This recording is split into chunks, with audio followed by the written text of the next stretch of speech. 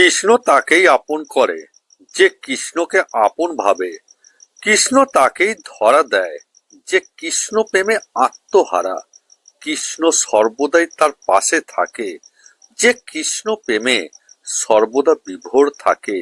সেই ব্যক্তি সবচেয়ে বেশি সুখী যে কৃষ্ণ প্রেমে সর্বদা জড়িয়ে থাকে। ভগবান শ্রীকৃষ্ণ বলেছেন, তুমি কার চোখে কেমন সেটা কোনো বিষয় না, তুমি ভগবানের চোখে সুন্দর বলে তোমায় দুনিয়ায় পাঠিয়েছেন, এর চেয়ে বড় আর কি হতে পারে। তাই লোকে আপনাকে কে কি বলল তা ভেবে কখনো কষ্ট পাবেন না, বরং কেউ কিছু বললে সেই স্থানে মুচকি হেসে সেখান থেকে বেরিয়ে যাবেন। দেখবেন সব সমস্যার সমাধান হয়ে যাবে। ঈশ্বর দুইবার হাসেন। একবার হাসেন যখন দুই ভাই জমি বখরা করে আর দড়ি মেপে বলে, এই দিকটা আমার, ওই দিকটা তোমার। ঈশ্বর এই ভেবে হাসেন, আমার জগৎ তার খানিকটা মাটি নিয়ে করছে, এই দিকটা আমার, ওই দিকটা তোমার।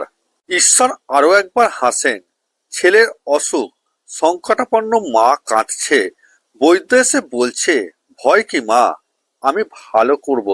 বৈদ্য জানে না ঈশ্বর যদি মারেন কার সাধ্য রক্ষা করে, এই জগতে যে তিনিই সব। মাতা পিতা কখনো সন্তানকে কুসন্তান ভাবেন না। মাতা পিতা সবসময় সঠিক পথে নেওয়ার জন্য চেষ্টা করেই থাকেন, কিন্তু কিছু সন্তানেরা জ্ঞানের অভাবে তারা সঠিক পথে না গিয়ে ভুল পথে চলে যায়।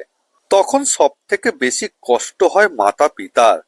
মাতা পিতা কখনো সন্তানের অমঙ্গল চায় না, তারা সব সময় ভগবানের কাছে সন্তানের মঙ্গল কামনাই করে থাকে। রাধে রাধে। ঠাকুর বলেছেন, তুমি সংসারে থেকে ঈশ্বরের প্রতি মন রেখেছ, এ কি কম কথা? যে সংসার ত্যাগী সে তো ঈশ্বরকে ডাকবেই। সংসারের থেকে যে ডাকে সেই তো ধন্য। দুশ্চিন্তা করো না, আজ তুমি কাঁদছ, কিন্তু আগামীকাল তুমিও হাসবে। এটাই তোমার কর্মের ফল।